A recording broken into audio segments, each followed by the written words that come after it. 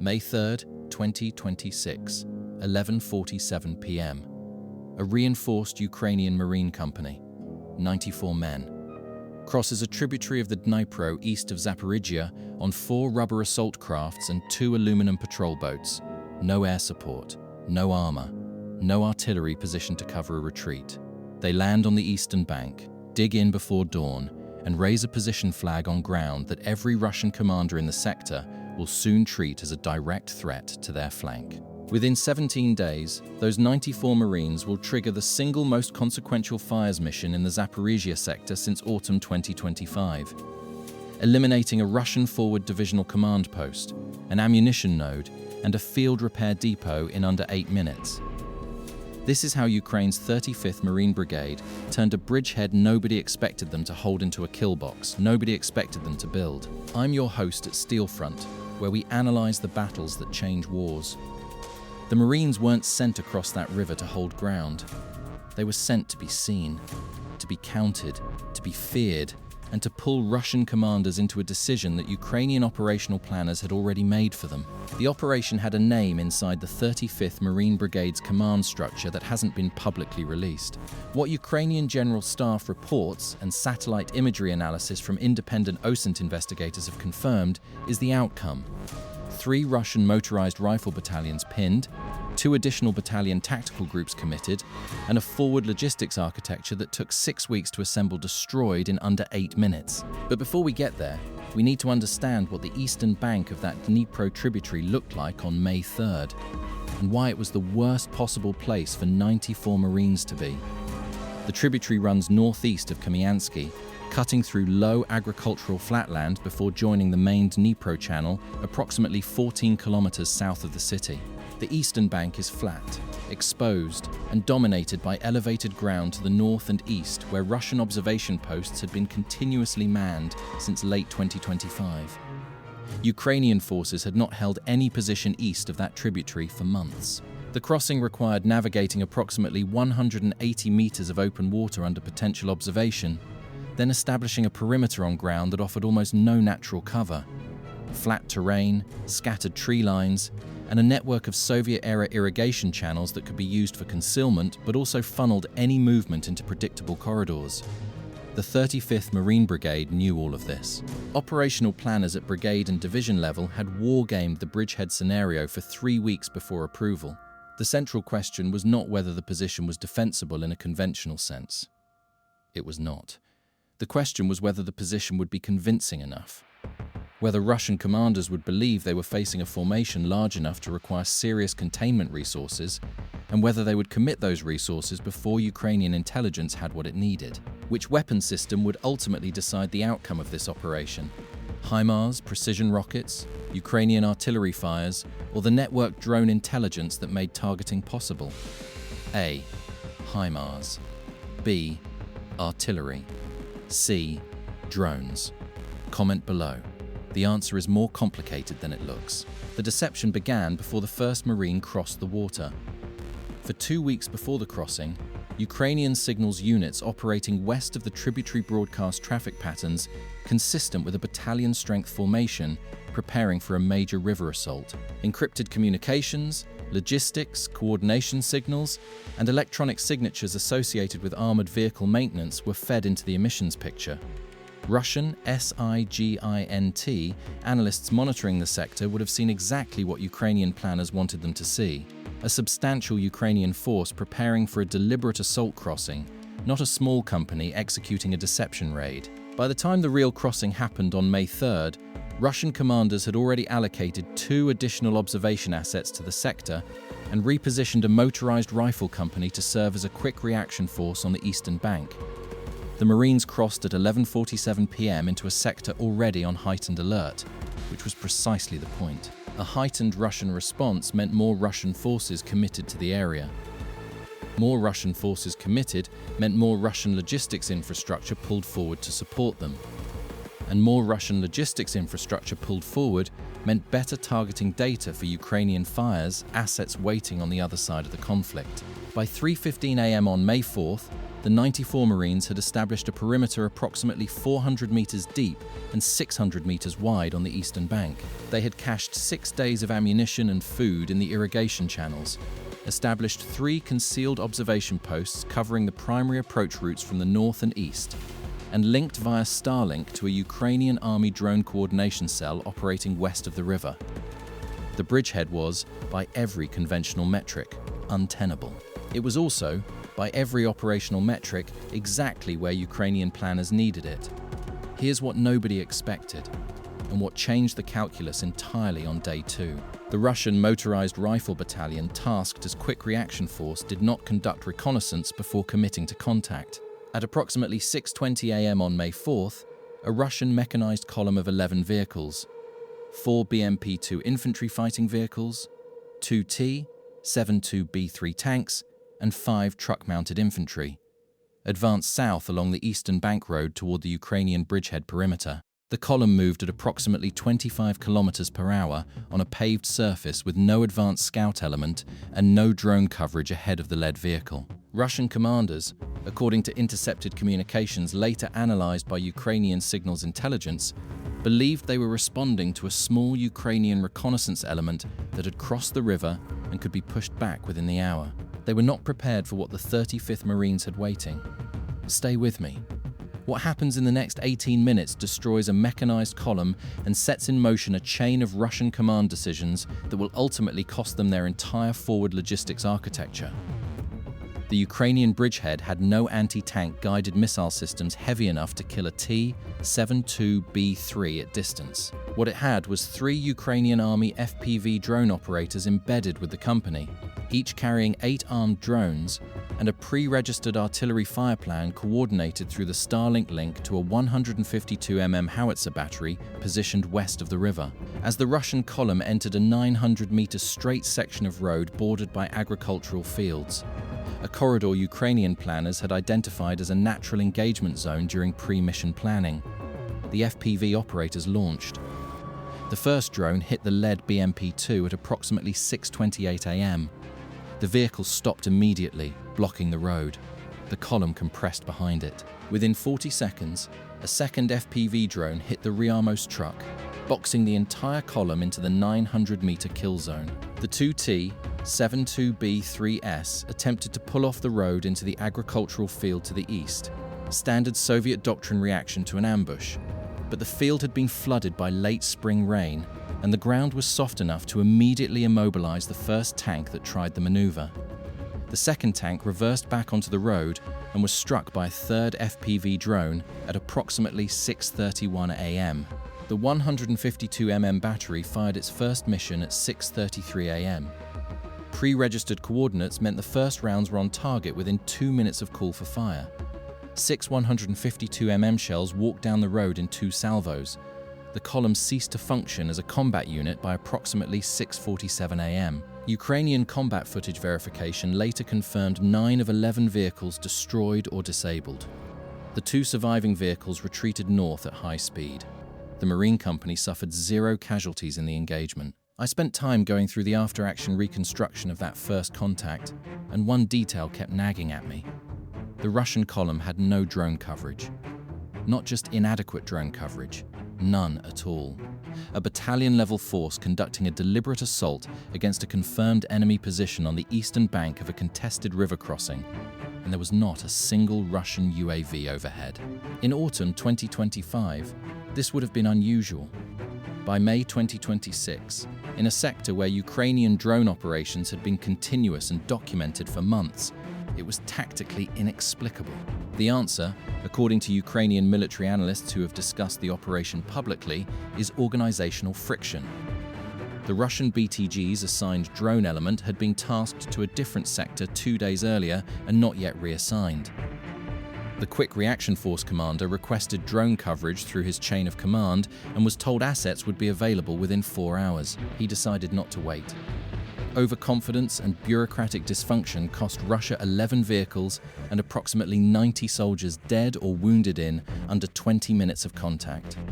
For the next 12 days, the bridgehead held. Russian commanders, now convinced that a significant Ukrainian formation was operating east of the tributary, began feeding resources into the containment effort with a logic that had its own terrible momentum. A second motorized rifle battalion was repositioned from the northern sector of the Zaporizhzhia front to establish blocking positions east of the bridgehead.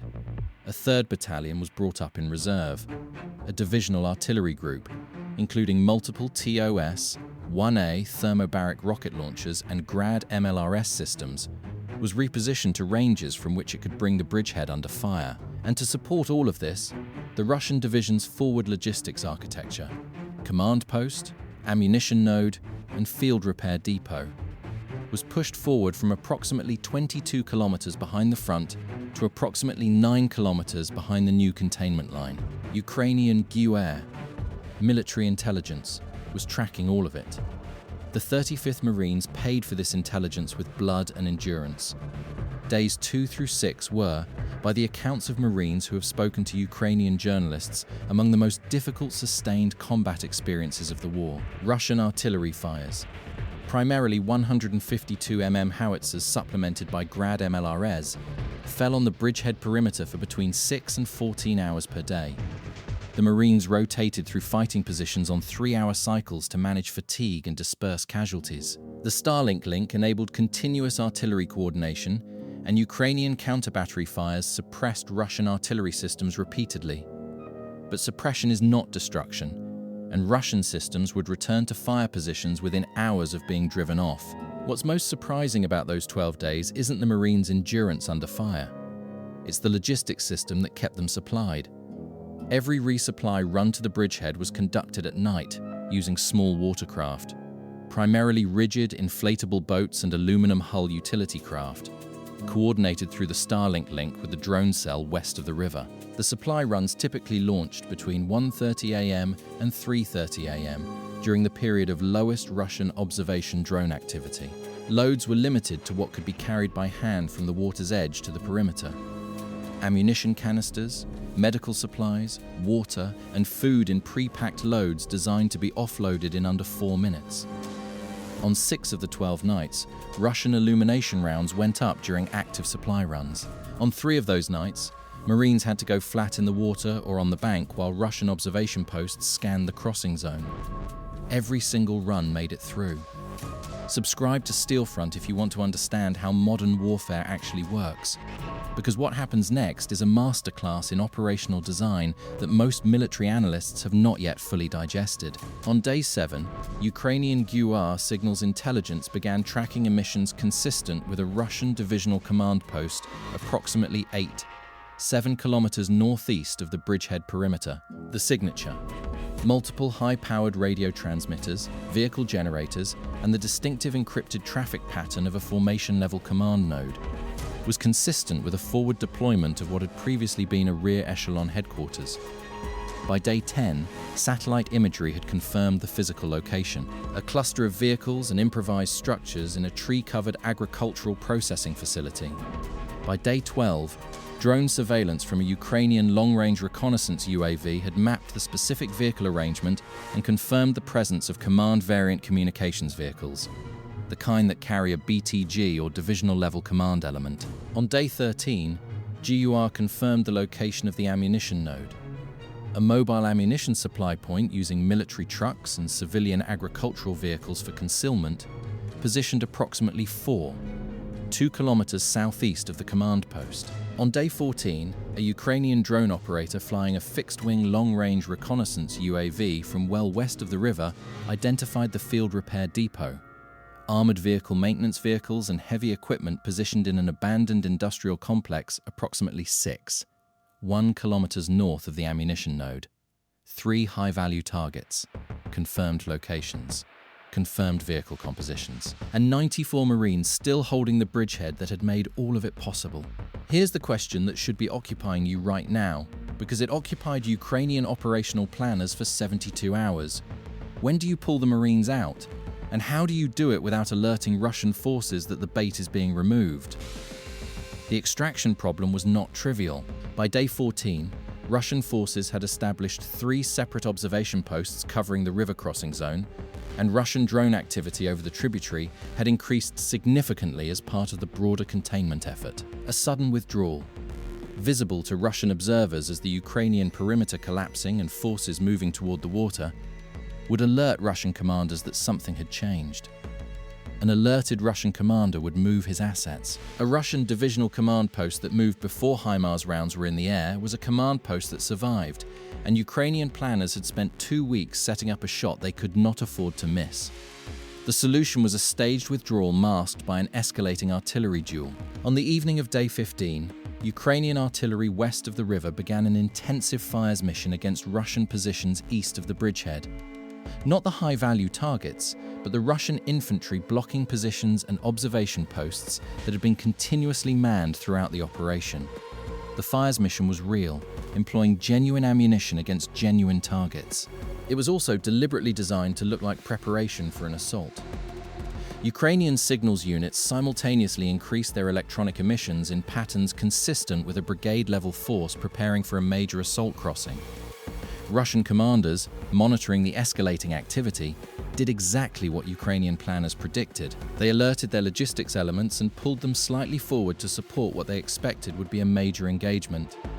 The command post, ammunition node, and field repair depot moved, but they moved toward pre-confirmed coordinates, not away from them. Russian tactical doctrine, under conditions of expected offensive action, calls for forward positioning of logistics elements to reduce resupply times during high-tempo combat.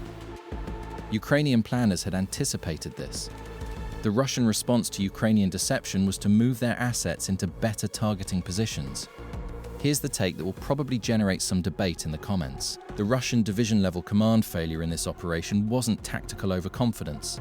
It was doctrinal rigidity. Soviet and Russian military doctrine has always emphasized forward positioning of logistics under offensive conditions, and Russian commanders executed their doctrine correctly. The problem is that the doctrine was designed for an operational environment that no longer exists.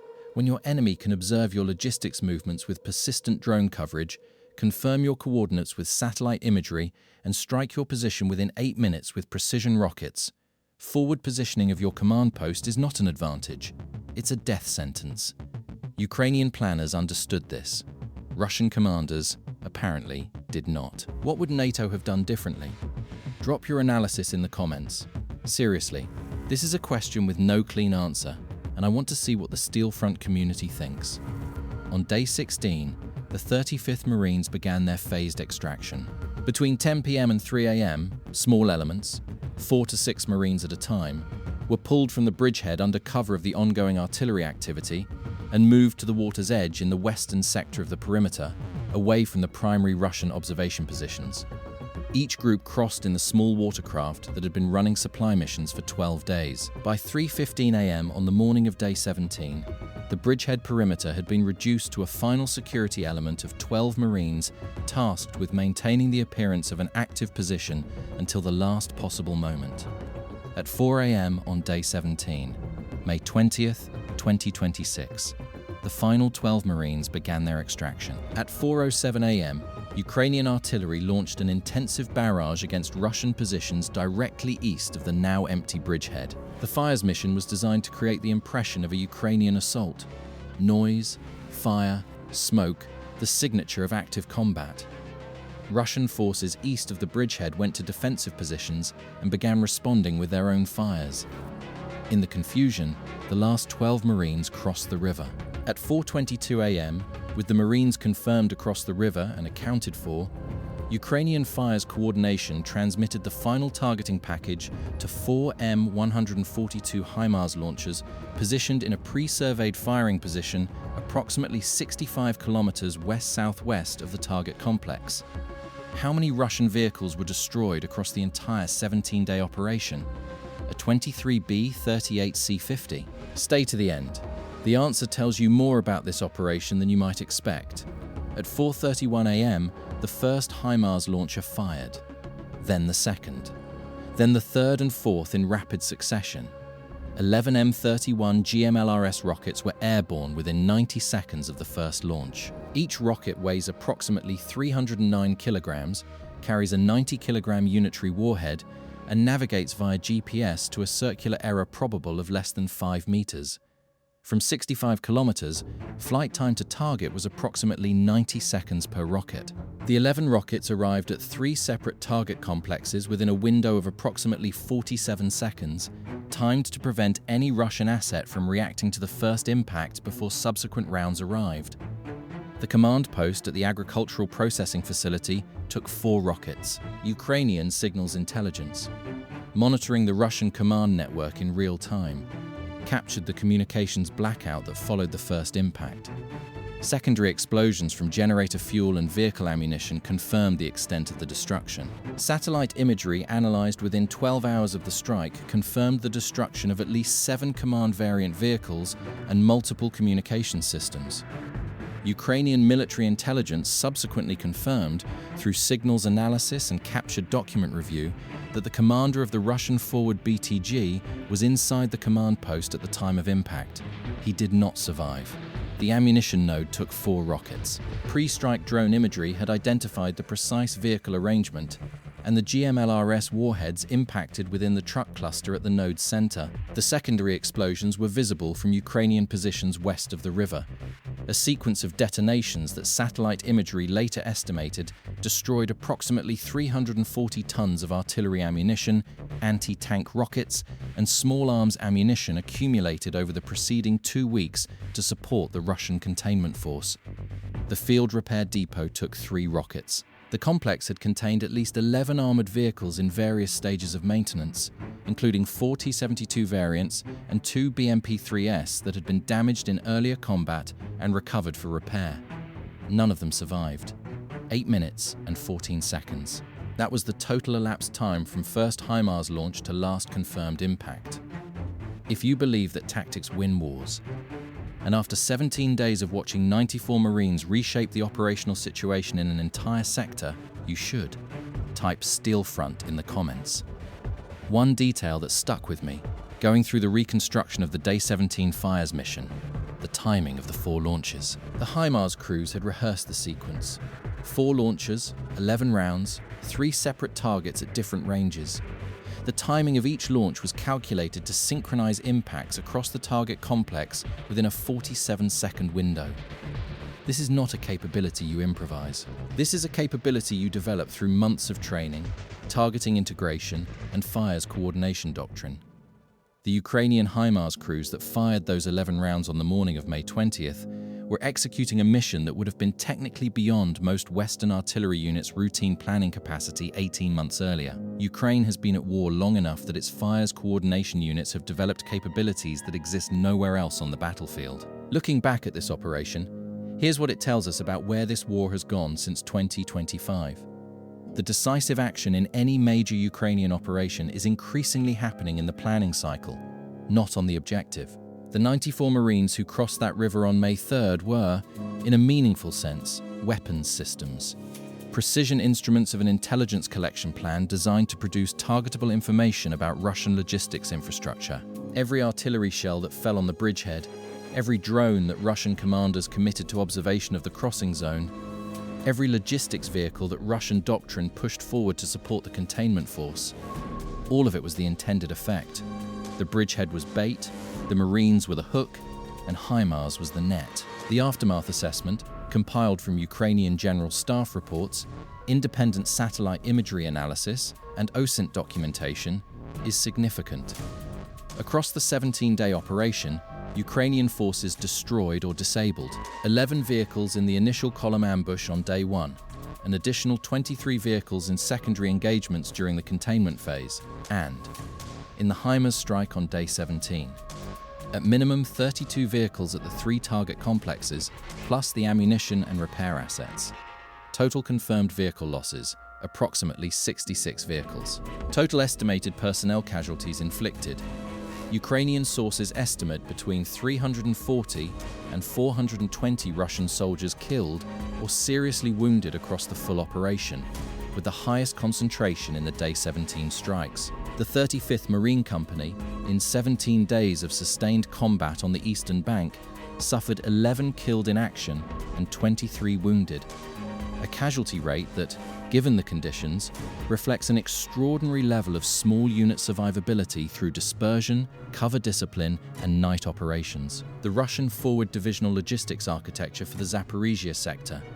The command post, ammunition node, and field repair depot accumulated over 6 weeks, was eliminated in under 8 minutes. Ukrainian signals intelligence confirmed that Russian artillery fires in the sector dropped by approximately 60% in the week following the strikes, consistent with the destruction of the ammunition node. Russian defensive positions east of the tributary showed reduced combat effectiveness for at least 10 days following the operation, as replacement command infrastructure was brought forward.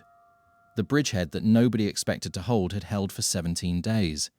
And in holding, it had done exactly what it was designed to do. Has the Russian military learned from this? Will we see Russian logistics doctrine adapt to persistent Ukrainian drone surveillance in the next 6 months? Comment why yes or no, because the answer to that question may determine how the next phase of this conflict unfolds. Real tactics, real consequences. SteelFront. Now, the answer to the quiz from earlier in this video. The question was, how many vehicles did Ukraine destroy across the full 17-day operation?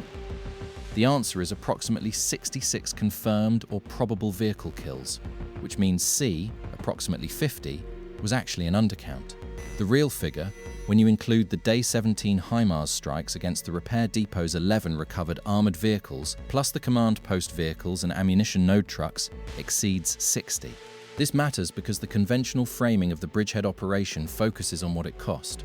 17 days, 34 Marine casualties. Without fully accounting for what it purchased, the forward logistics architecture of an entire Russian divisional sector, plus the operational paralysis that followed its destruction. In exchange terms, this was not a costly operation. It was a precisely calibrated one. 3 questions worth sitting with before the next video.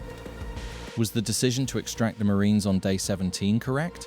Or should Ukrainian planners have held the bridgehead longer to develop additional targets? The argument for earlier extraction. The Marines had already suffered 34 casualties and the 3 primary targets were confirmed, is sound. But the argument for a longer hold is that Russian replacement logistics assets were already being moved forward, and a 21-day rather than 17-day bridgehead might have produced a second strike opportunity. Ukrainian planners chose the more conservative option. Was that right? Could Russian forces have prevented this outcome through different tactical decisions? Almost certainly yes, at multiple points. No drone coverage on the initial quick reaction force. No independent reconnaissance of the bridgehead's actual strength before committing 3 battalions to containment, and forward positioning of the command post in direct contradiction of what Russian forces should have learned from 18 months of Ukrainian precision strikes. Any one of these decisions, made differently, might have changed the outcome. All 3 made the outcome nearly inevitable. And finally, what would you have done differently in the position of the 35th Marine Company commander on Day 3, when Russian artillery fires increased and the first casualties came in? He had the authority to request extraction. He didn't. Was that the right call? Subscribe to SteelFront, because we break down the battles that textbooks will study for decades. The tributary east of Zaporizhzhia is quiet now. The agricultural processing facility where a Russian divisional command post once stood is a collection of charred vehicle frames and collapsed corrugated roofing. The road where 11 Russian vehicles burned on Day 1 is cracked and stained. The irrigation channels where 94 Marines spent 17 nights are empty again. But the wreckage remains, silent, specific, and entirely unambiguous. Modern warfare punishes tactical mistakes without mercy, and it rewards operational creativity with exactly the kind of decisive results that this bridgehead produced. The 35th Marines understood the ground they were crossing onto. They understood what holding it would cost, and they held it anyway. Stay vigilant.